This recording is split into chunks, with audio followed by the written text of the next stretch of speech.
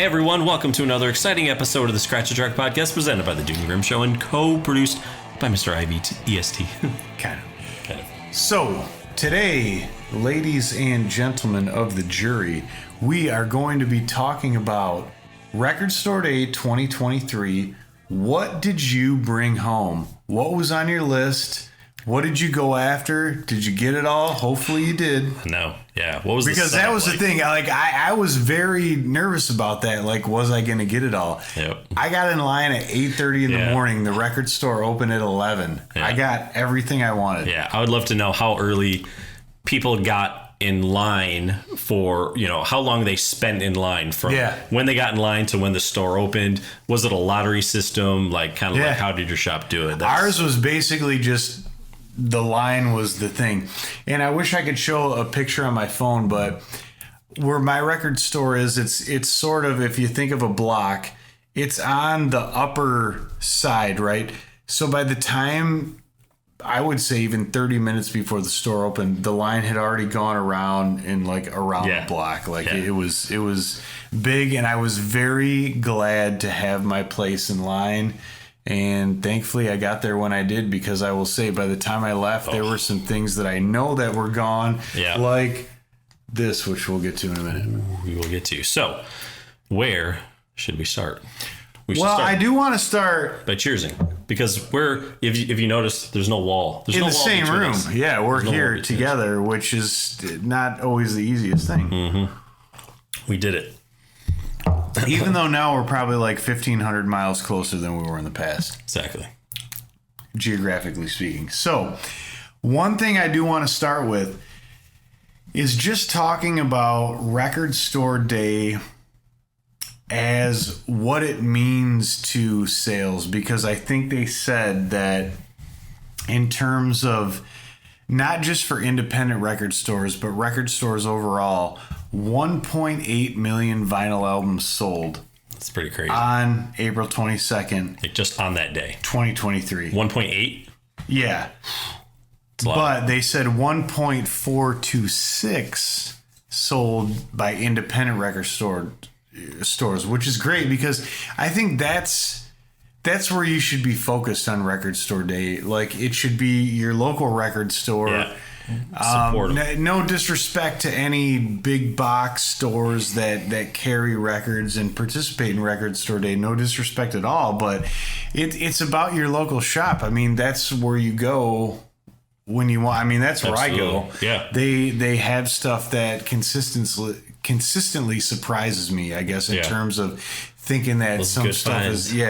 Good finds. Yeah, I'd be interested if that 1.8 number is that on that day, is that how many records were sold, or specific Record Store Day releases? I think it's total. Okay. The way I read it, which holds more water, because when you look at the Record Store Day list, I mean, it's long and distinguished. Yeah. But I don't know that if you added up the amount of copies that available. They print of each one, I don't think that's probably not 1.8 million. Yeah, it's just that people are already there, and they're like, "Well, I'm already here." I mean, it's definitely a cool thing. I know I've even heard some owners say that, it's really just a scam and this and that. Look, to me, the bottom line is there's some very cool releases that come out on this day. And it gets people out there to buy shit. Why would you not want people to come to your store just because? Yeah. Because the odds are, if they're not nerds like I would, categorize the two of us, there's a chance that they may be coming for one thing or nothing just because they know it's Record Store Day and end up bringing home a lot more than they ever would have otherwise. Well, I'll say one thing, last year I wasn't able to make it, and this year I was, and and this is my first year here also back in Michigan. So it was interesting to see, I showed up, or I drove in the parking lot, and there was a line down the street and everything. And then I'm kind of in line or whatever. And then we fill out our forms, then you come back and you kind of wait for them to text you a phone number. But then there were some people who, you could tell they just didn't know how it worked. And every store does it different. And so they showed up, and they were kind of I think they showed up like when the store opened. And at that point, it's like, dude, that's already late for any that's already too late if you're here at 10 o'clock or 11 o'clock, because our shop started handing out forms. I think they started handing out forms at 8 a.m. where you could mark down what you wanted. But if you just go on their website, you didn't call them and find that out, you don't know. And so like these people who showed up, it opens at 10 or 11 o'clock on Saturday. Like at that point, a lot of that stuff, you are way behind. Yeah, a lot of that stuff is already sold out. So I felt very fortunate to get, I had 3 records on my list that I just like really, really wanted. There were a few others I could have been like, oh, okay, sure. I could have added those on, but these ones I was like, I'm going to start here, and if I get these 3, like I'm good. So. I started out with 9 on my list, ended up with 6 because I had saved a certain amount of money for the specific thing throughout the year, and I realized that what I had saved was not going to cover 9. Yeah. Now, the one I will talk about briefly, the records that I missed. One of them was Medeski, Martin and Woods. Ooh. I believe first proper album called "It's a Jungle in Here," I think. But I that was one that I did want, and I actually looked for it, and someone had grabbed the last copy before I got there. It's tough. But either way, I think at this point we need to say to everyone, please tell us where you went, what you got after you go ahead and like, subscribe, and then with that, dude, shout out to your record store, because I forgot the bag for mine, but I'm gonna give them a shout out. Yes, I went to Dearborn Music here, just outside Detroit, Michigan, it was a good find. It was a good place. It was my first time there. Awesome selection. I didn't stay there for them to open up or to see everything else they have, but I know they have a very vast selection. So if you're in the Detroit, Michigan area, I highly recommend their shop. I went to Vertigo in Grand Rapids, Michigan, downtown on Division, and that is my preferred record store in Grand Rapids. There's two of them that are real record stores. The other one being the Corner Record Shop. And Mr. Dude reminded me, after I had already got my big pull, that I forgot one, and we'll get to what that is in a minute. And so I went to the record shop that I went to for Record Store Day 2022 as well, and that's the Corner Record Shop in Granville. And I was able to snag up the one that I almost missed. And thank you for the call out, because honestly, great record. Like, I've listened to it probably 5 times since I got a great record. Yeah. All right. So, well, speaking of the records, I think we need to get into those records. And since you got more, we're going to start with this guy. All right. So I'm a real sucker. It's actually surprising I didn't wear the shirt for this episode, but Studio One compilations, I'm a big sucker for. So this year they released 2 of the reggae compilations, and that was Studio One Ska, which I'm holding right here, and then 200% Dynamite. Now, Studio One Ska is I would say within the top 3 of the Studio One compilations I have. I have about 8 or so of them, probably way too many. But like I said, he's a fan. Studio One Ska is in the top of the list. Now, 200% Dynamite. Last year they released 100% Dynamite. Now, I'm going to say 200% Dynamite is good, but it's not 100% better than 100% Dynamite. Yeah. It's one of those records, honestly, if I had to scratch my collection of Studio One compilations that I have, this would be the one that I would scratch. Not because it's not good. I do enjoy it. It's a great record to put on if you're having people over and kind of having a party, but it's just not my favorite out of that bunch. Dude, sometimes you swing and you miss. I do. It and happens. I wouldn't even call this a miss. I just wouldn't. I wouldn't even call it a ground rule double. I'd call it a single. Okay. You know. All right. That's good. So is it my turn? It most certainly is. So, if you guys have watched this channel before, we've done a lot of Rolling Stones albums. We've done Let It Bleed, and I believe Sticky Fingers. Did we do Sticky? I think we did Sticky Fingers. Yeah, we did Sticky Fingers. I just don't know about Tattoo You. Yeah, and Exile. We did Exile on Main Oh, Street. yeah, we did do the Exile double. on Main So Street. we are fans of the Stones, and it was kind of funny because, like, believe it or not, like the one album I don't have of theirs, well, many albums, but the classic one is Beggar's Out of Banquet. the Big Four? The Big Four, yes, is Beggar's Banquet. And so when I saw that they were going to be releasing like a special, what is this one called? What is it? The blue. It is the gray, blue, black, and white edition, colored disc. I was like, dude, I need to have that. And Now, do you know the reason for the color choice? yes, it is well, I know Salts of the Earth, Salts my of the brother. Earth. Yes, Yeah. yes. So in the lyrics of the salts of the earth, and man, so it also comes with a poster, which I thought That's sweet. was pretty cool. It's just. It's kind of cool. like, yeah, it looks like from the same photo shoot, you know, that Hot Rocks sort of like greatest hits album. It seems to be like kind of the same photo shoot that they use from that. So I thought that was pretty cool. And then, I mean, I can just show the disc real quick here, but dude, I think the disc is absolutely gorgeous. Oh, wow. That's like a bowling ball. Yeah. You know what I mean? It is like a bowling ball. It Yeah. is. And I mean, dude, that's a good one. Plays amazing, sounds amazing. So, you know, I don't know if there's copies of this still available, but if you have yet to pick up this record, this is a good time to do it. I would highly recommend. Yeah, it. all right. I would highly recommend. All right. It. So I definitely knew this is the one. It's the one, man. It's the one I had to get. It's the one, man. Yeah, all right, you're up, bro. Okay. Always been a huge fan of Miles Davis, and recently got on a kick for the album On the Corner. So I picked up On the Corner and then found out that they were releasing this little beauty called Turnaround, and it is unreleased material from the On the Corner sessions. Dude, that's freaking awesome. It is pretty cool. Dude, apparently I missed the record store day. They got this nice, beautiful insert with the multicolored trumpets. Dude, love that. The record itself is, of course, this beautiful blue. That's pretty tight. Yeah, and I don't know that I would say that it's better than On the Corner, but I think it is a good companion album. Not like the Dark Star Orchestra. Better than the Dead. Yeah, correct. Yeah. But it's a great, it's a nice Or album, Brit and it's I mean, I think the way they described it on the label was space age funk from the On the Corner sessions, and it's a good record. I mean, I like the fact that it's actually the same album cover as On the Corner, but instead of being yellow, it's this pink and blue. Dude, yeah, that's pretty sweet. Yeah. I like that. I like that a lot. And sometimes for record store day, you need a little bit of buy-in.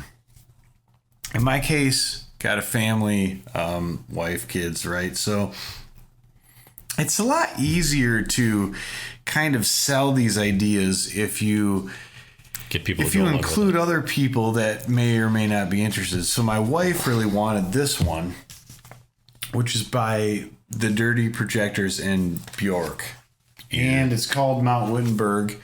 It's a really interesting album because they together in the studio recorded this song cycle, and it's funny because the song cycle, based on the amount of time it is on a 12-inch 45, but then the second record is a live set of them doing this. Okay. But the live set is longer, so that's a 33. So it's kind of cool, and I think I believe it's colored too, but either way, green vinyl. But it was an interesting record. But one thing I will say, I mean, the cover is just beautifully glossy and very well done, and it was an interesting one to listen to. Cool. And getting that buy-in definitely helped, my agenda. It did. So that was good. Yeah. Yeah. It was self-fulfilling. We'll say that. Now, dude, I got to thank you for this one because I about blew it. Yeah. Yeah. And you threw me the bone at the last minute. They probably had like 4 or 5 copies of this left when I got to the corner record shop. And that is Incense Peppermints by the Strawberry Alarm Clock. Dude, What just like a great name, a great psychedelic name for a band. Hey, what's the name of your band? Oh, the Strawberry Alarm Clock. Now, dude, what's the number? Because they said 3,000 copies. Yours is way better than mine. Mine's 1723. You got 161, and it's in gold embossed. So I don't know what that means, but the record is this beautiful pink. It looks like a strawberry milkshake. It does. And honestly, I knew, I think a lot of people would know the hit Incense and Peppermints, right? Yes. I actually from the Austin Powers film. On a compilation, one of the spin-off compilations of the next thing we'll talk about, which is Nuggets. Yes. They did a version called Acid Rock Nuggets, and they have a version of Incense and Peppermints on there. Yep. But I did not know how absolutely awesome the album itself is. It's really great. I've listened to this thing 5 times since I got it a couple weeks ago, and I'm not bored of it. I don't think it's definitely 60s psychedelic, but it's not dated to the point where it's kitschy or anything. Dude, it's really good. You just put it on in track 1, The World's on Fire, not to be confused with the super group World on Fire, but it is 8 minutes and 20 seconds. So it's awesome. Yeah, it's great. Hey, we're just going to lead off with this. And dude, it's really funny because Incense and Peppermints is song 5 on side 2. Oh, I know. That's one thing that caught me was I was listening to it. I was like, wow. For the one that was the hit, they really buried it in the album, so to speak. Usually it's that's the hit. Well, let's make that the first track. It's the name of the album. I know. Or, you know what I mean? I know. That's what's crazy. The thing is, I still find myself humming. It's a great track. So good, man. So if you ever get the chance to pick up the used vinyl, Acid Rock Nuggets, holy shit balls, please do it, because on top of Incense and Peppermints, some of the greatest psychedelic songs on that album. And you know what? For some reason, I lump them in with the band The Circle or Circle. Fair. Because my dad made a hits tape or whatever Red when Rubber I was Ball, a kid. man. Oh, dude, yeah. And I'll tell you what, the other song, dude, we're gonna listen to it later. Dude, Turn Down Day. I can't wait. Dude, it's sweet. But so we're going to the record shop tomorrow. Remind me to get that. Oh, okay. I want to look for it. So, okay. But last, certainly not least, this was the mammoth one. And again, I got to thank you for this, because I thought this was just a reissue of only the first album, but when you were like, no, dude, you need to check it out. This is the super They've expanded it. It's 5 discs. Dude. First of all, just look at the packaging. It's beautiful. Holy shit! It's thick. It's beautiful. It's iridescent. It's iridescent. Yeah. So here's what you got. You got the original Nuggets, which I already had. Yes. Which will make a great gift to somebody, because people don't understand. Pass it on, man. Pass it on. That this is one of the seminal albums, in my opinion, the seminal compilation in rock and roll. Dude, the artwork, gatefold, dude, double. Then you got Nuggets 2, which was never released. Except I believe on CD, because I believe I heard that version. Dude, freaking 96 Tears. Oh, it's so good. There's some great songs on this. Again, it's a double. And they got this called I Also Dug It. This is the 5th disc. And there was one song on here specifically that got me, and that's called I Won't Hurt You by the West Coast Pop Art Band. I won't. That is also the last song on Acid Rock Nuggets. Dude, also comes with a poster, which is just double-sided. Double-sided poster. It's like, do you want Nuggets 1 or do you want Hangout Volume 2? And the liner notes are great. Dude, look at this booklet, man. Yeah, they did not skimp on this. It's well worth it. It really was. There's a lot of times, you might buy something, especially these expensive box sets. This was roughly $100. And I got it a little cheaper, and I know you did too. And I was very grateful to my record store for filling out what's called the Record Store Day Promise, which is something that says that they won't gouge anybody or they'll sell it at fair market value. But I expected this to be $100, not 90. So when it was 90, I was very happy with that. I have to say, I think this is probably the most important compilation in rock and roll history. It's like it made underground music popular before I think people even realized that there was underground music. It was like indie before there was indie, if that makes sense. It's like a combination of Fergie and Jesus. It's pretty great. So, look, I know that when you went back to your record shop, it was pretty much there was maybe one copy left, or it might have been sold out. I went to the different one because, like I said, I missed Strawberry Alarm Clock. And when I went there, I believe they had 2 or 3 copies of Nuggets left. So the shisty prospector in me thought to myself, ooh, I could get those and resell them on Discogs. Tell you what, a lot of money. But then I think the real part of me came through, and it was like, that's not the point. The point is about the music, and people need to hear the music at an affordable price. Yes, and it should get out to them. It's not about gouging people. Like, everybody should have the opportunity to go to the record shop and be like, holy shit, I didn't think that would be left. I mean, can you imagine that? Yeah. Dude, I would feel that way. Well, and the thing was, I was talking to a guy in line before we got there, and the whole conversation was like, honestly, have you ever felt this much excitement since you were a kid on Christmas morning? Doesn't happen. And really, as an adult, you don't, because when you go to this thing, you don't know what you're going to get. You don't know what's going to be left, or if they're even going to have what you're going to have. You now know what you want. Feels like to be Forrest Gump. Yeah. So, yeah. Life is like a box of chocolates. Yeah. Dude, I always looked at the key, so I knew what ones I was going to get. You know, they would tell you. Yeah. Oh, yeah, so for sure. But anyways. I say life is more like a Nuggets box set, but. Exactly. So, yeah, definitely, let us know what you guys picked up. Yeah, what did you guys miss out on? You're still looking for some stuff. Does your local shop have Nuggets or any of these albums that maybe other people might be looking for, and where are you located? So. And if you missed the anniversary, I mean, hell, at least find a copy of the original one.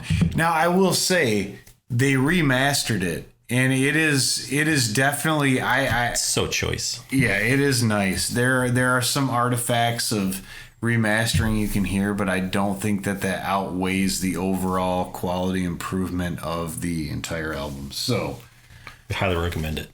So, highly, cousin. I think on that note, that wraps up Record Store Day 2023.